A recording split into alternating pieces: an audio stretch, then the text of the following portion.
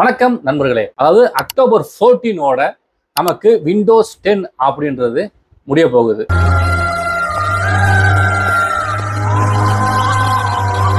அதுக்கப்புறம் எல்லாமே விண்டோஸ் 11 தான் அப்படின்ற ஒரு கட்டாயம் வந்துருச்சு. அப்படின்றப்ப நான் ஒரு விண்டோஸ் 10 OSல இருக்கேன். அப்படின்றப்ப நான் அதை எப்படி விண்டோஸ் 11 OSக்கு மாத்துறது? அதே மாதிரி நான் விண்டோஸ் 10 OS வச்சிருக்கேன்.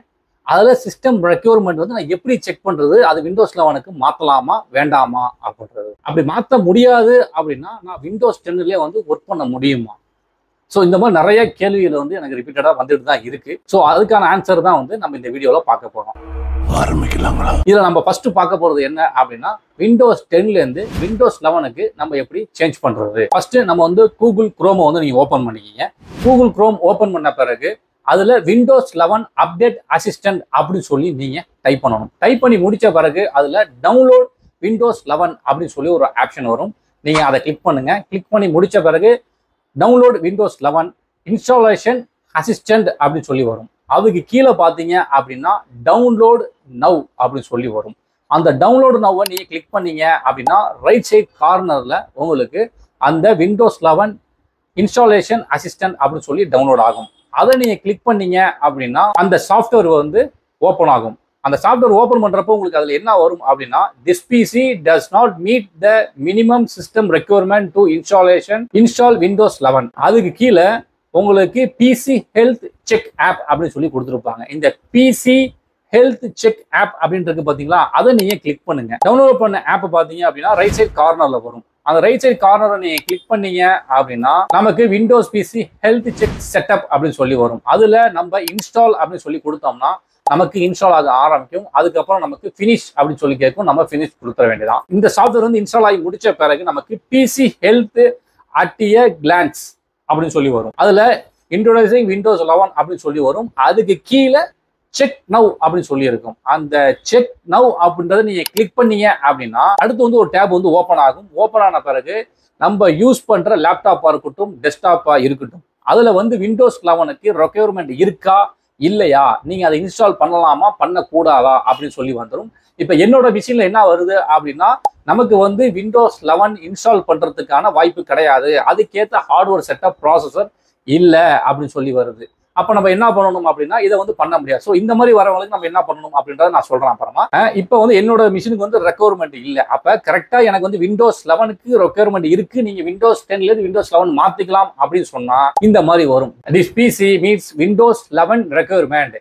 இதுல தாராளமா நீங்க விண்டோஸ் 11 இன்ஸ்டால் பண்ணிக்கலாம், அதுக்கான பிசியும் லேப்டாப்பும் நீங்க வச்சிருக்கீங்க அப்படின்னு சொல்லி வரும். அடுத்த ஸ்டெப் ரெஃப்ரெஷ் அப்படின்னு சொல்லி கீழே ஒரு ஆப்ஷன் கேட்கும். அந்த ரெஃப்ரெஷ் அப்படின்றத நீங்க கிளிக் பண்ணணும். அடுத்து அக்செப்ட் அண்ட் இன்ஸ்டால் அப்படின்னு சொல்லி கொடுக்க ஆரம்பிச்சோம்னா உங்களுக்கு சாஃப்ட்வேர் இன்ஸ்டாலேஷன் ஆக ஆரம்பிச்சிடும். அதுல பிரசன்ட் கம்ப்ளீட் அப்படின்னு சொல்லி வரும். அது 5 to 100 அப்படின்ற வரைக்கும் நமக்கு அது ரன் ஆக ஆரம்பிக்கும். ரன் ஆன பிறகு நமக்கு அதுல ரீஸ்டார்ட் நவ் அப்படின்னு கேட்கும். நீங்க ரீஸ்டார்ட் நவ் வேணும்னாலும் கொடுத்துக்கலாம், இல்ல அந்த நம்பர் ஓடி முடிகிற வரைக்கும் வெயிட் பண்ணாலும் பண்ணலாம். அது நமக்கு தேவை கிடையாது. ரீஸ்டார்ட் கொடுக்கறதுனால நீங்க கொடுத்துக்கலாம். கம்ப்ளீட்டா அப்கிரேட் ஆயிரும். அதாவது விண்டோஸ் 11 24H2 கன்ஃபார்ம் அப்கிரேட் அப்படின்னு சொல்லி வந்துடும். ஸோ இந்த மாதிரி வரும். ஒரு சில நேரம் நமக்கு இந்த அப்டேட் சிம்பிள் வராது. அப்ப நம்ம இதை எப்படி கன்ஃபார்ம் பண்ணணும்? விண்டோஸ் 11க்கு நம்ம மாத்திட்டோம், கரண்ட்ல இருக்கு அப்படின்றத நம்ம செக் பண்றதுக்கு இது நிறைய வழிகள் இருக்கு. ஏன்னா டிஸ்பிசியை நீங்க ரைட் கிளிக் பண்ணி அதுல ப்ராப்பர்ட்டிஸ் போயிட்டு உங்களுக்கு அதுல விண்டோஸ் 11 ப்ரோ அப்படின்னு சொல்லி வந்துடும். ஓகேவா? அப்ப நமக்கு கம்ப்ளீட்டா இன்ஸ்டால் ஆகி முடிஞ்சிருச்சு விண்டோஸ் 10ல இருந்து விண்டோஸ் 11க்கு அப்படின்னு சொல்லி நீங்க இதை கண்டுபிடிக்கிறது நிறைய வழிகள் இருக்கு. நீங்க பார்த்தோன்னே அந்த செட்டப்பை பார்த்தோன்னே கண்டுபிடிச்சிடலாம் நமக்கு விண்டோஸ் 11க்கு மாறிடுச்சு அப்படின்றது.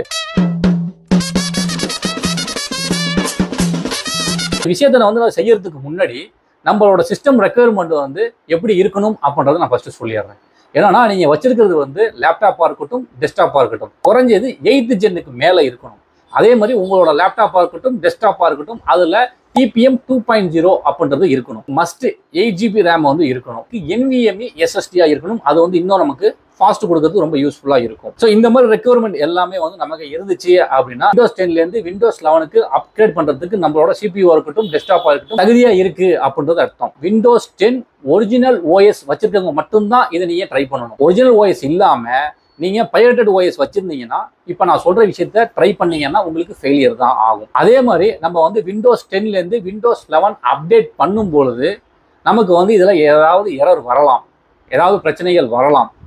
ஸோ அந்த மாதிரி வந்துச்சு அப்படின்னா ஒன்றும் பயப்பட தேவையில்ல. நம்ம வந்து திரும்பி ரீசெட் அடிச்சுக்கலாம் இந்த ஒரிஜினல் ஓஎஸ்ஸாக இருந்துச்சு அப்படின்னா. ஆனால் இப்போ நான் சொன்ன ஸ்டெப்பு வந்து நிறைய பேருக்கு வந்து ஒர்க் அவுட் ஆயிருக்கு. அதனால் நீங்களும் ட்ரை பண்ணீங்க அப்படின்னா கண்டிப்பாக வந்து ஒர்க் அவுட் ஆகும். அது மட்டும் இல்லாமல் உங்களுக்கு வந்து நெட் கனெக்ஷன் ஆஃப் பண்ணுறது உங்களுக்கு அன்லிமிட்டடாக இருக்கணும். எந்த ஒரு இடத்துலையும் வந்து கட் ஆயிடக்கூடாது. ஏன்னா நமக்கு வந்து அப்டேட் பண்ணுறப்ப ஆன்லைன்லேருந்து தான் அப்டேட் ஆகும். அப்படின்றப்ப நெட்டு வந்து ரொம்ப கவனமாக நீங்கள் பார்த்துங்க. சும்மா வந்து 1 GB வச்சுட்டு இந்த நான் அப்டேட் பண்ண போகிறேன், 1.5 GB வச்சுட்டு நான் அப்டேட் பண்ண போகிறேன், 2 GB வச்சுட்டு நான் அப்டேட் பண்ண போகிறேன் அப்படின்னு நினச்சிங்கன்னா அந்த மாதிரி அப்டேட் பண்ணாதீங்க. உங்களுக்கு ஃபெயிலியரில் தான் வரும். ஸோ இந்த மாதிரி வந்து நம்ம ஸ்டெப் பை ஸ்டெப்பாக செஞ்சோம் அப்படின்னா நமக்கு வந்து சேஞ்ச் ஆகிடும்.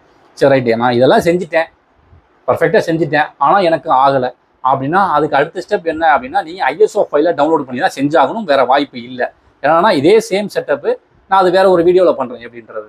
அது என்னன்னா நீங்கள் டவுன்லோட் பண்ணிடணும். டவுன்லோட் பண்ணி ISOவாக எடுத்து அதை பின்ட்ரைவில் பூட் பண்ணி அதுக்கப்புறம் வந்து நீங்கள் இந்த விண்டோஸ் 11 இன்ஸ்டால் பண்ணணும். ஏன்னா ஒரு சில நேரம் வந்து கம்ப்ளீட் ஆகிடும், ஒன்றும் பிரச்சனை கிடையாது. கம்ப்ளீட் ஆகாதவங்களுக்கு நான் சொல்கிறேன், அது வந்து பின்ட்ரைவ் மூலியமாக நம்ம பூட் பண்ணி எடுக்கிறாப்புல இருக்கும். அதனால் ஒன்றும் பயப்பட வேண்டியது தேவை கிடையாது. இப்போ நான் சொன்ன செட்டப் வந்து நிறைய ஐடி கம்பெனியில் வந்து இதை தான் ஃபாலோ பண்ணுவாங்க. இப்படி தான் வந்து இன்ஸ்டாலேஷன் பண்ணுவாங்க. அவங்களுக்கு வந்து கரெக்டாக ஆகும். அவங்க நம்ம என்ன ஒரு மிஷினுக்கு பண்ணுவோம், அவங்கன்னா கிட்டத்தட்ட ஒரு 50 மிஷின், 100 மிஷின், 150 மிஷினுக்கு இந்த மாதிரி தான் ரெக்குவயர்மெண்ட் வந்து போட்டு விட்டு போயிடுவாங்க. அதுவே ஆட்டோமேட்டிக்காக அப்டேட் ஆகி உள்ள வந்துடும் ஒரிஜினல் வாய்ஸாக இருக்கும்போது. அப்போ இந்த விண்டோஸ் 10லேருந்து விண்டோஸ் 11 அப்டேட் அப்படின்றது நான் அக்டோபர் 14க்குள்ளே செஞ்சே ஆகணுமா? அப்போ அக்டோபர் 14 தாண்டிடுச்சுன்னா என்ன ஆகுறது அப்படின்ற ஒரு பயங்கள் இருக்கும். அப்டேட் கொடுக்க மாட்டாங்களா அப்படின்னு. அதெல்லாம் பயப்பட தேவை கிடையாது. இந்த அக்டோபர் 14க்கு அப்புறம் கூட இந்த அப்டேட் அப்படின்றது பண்ணிக்கலாம், ஒன்றும் பிரச்சனை கிடையாது. என்ன ஒரே ஒரு பிரச்சனையாக இருக்கும் அப்படின்னா நீங்கள் விண்டோஸ் 10 யூஸ் பண்ணும்போது ஒரு சில அந்த அப்டேட்ஸ் எல்லாமே வந்து ஆஃப் பண்ணிடுவாங்க. செக்யூரிட்டி, அதாவது விண்டோஸ் டிஃபெண்டரில் உள்ள செக்யூரிட்டி அதெல்லாம் வந்து கண்டுக்க மாட்டாங்க மைக்ரோசாஃப்ட்லேருந்து. அப்போ விண்டோஸ் 11க்கு வந்து ஃபுல் ஃபோக்கஸ் பண்ண ஆரம்பிச்சிருவாங்க. அதனால் முடிஞ்ச அளவு வந்து நீங்கள் எவ்வளோ சீக்கிரம் பண்ண முடியுமோ பண்ணிக்கிங்க. இல்லை என்னால் அக்டோபர் 14 வந்து பர்ஃபெக்டாக என்னால் பண்ண முடியாதுன்னா எனக்கு வந்து சில ஒர்க்லாம் இருக்குது, அதெல்லாம் முடிச்சுட்டு தான் நான் செய்யணும் அப்படின்னா ஒன்றும் பிரச்சனை கிடையாது. அக்டோபர் 14க்கு அப்புறம் கூட நீங்கள் இந்த அப்டேட்டை வந்து பண்ணிக்கலாம். ஸோ இந்த வீடியோ வந்து உங்களுக்கு பிடிச்சிருக்கும் அப்படின்னு சொல்லி நான் நினைக்கிறேன். பிடிச்சிருந்துச்சு அப்படின்னா நீங்கள் லைக் பண்ணிக்கிங்க. இந்த வீடியோ உங்களுக்கு யூஸ்ஃபுல்லாக இருந்துச்சு அப்படின்னா உங்களோட ஃப்ரெண்ட்ஸுக்கு வந்து கண்டிப்பாக நீங்கள் ஷேர் பண்ணுங்கள். மறக்காமல் சப்ஸ்கிரைப் பண்ணிக்கிங்க. தேங்க்ஸ் ஃபார் வாட்சிங்.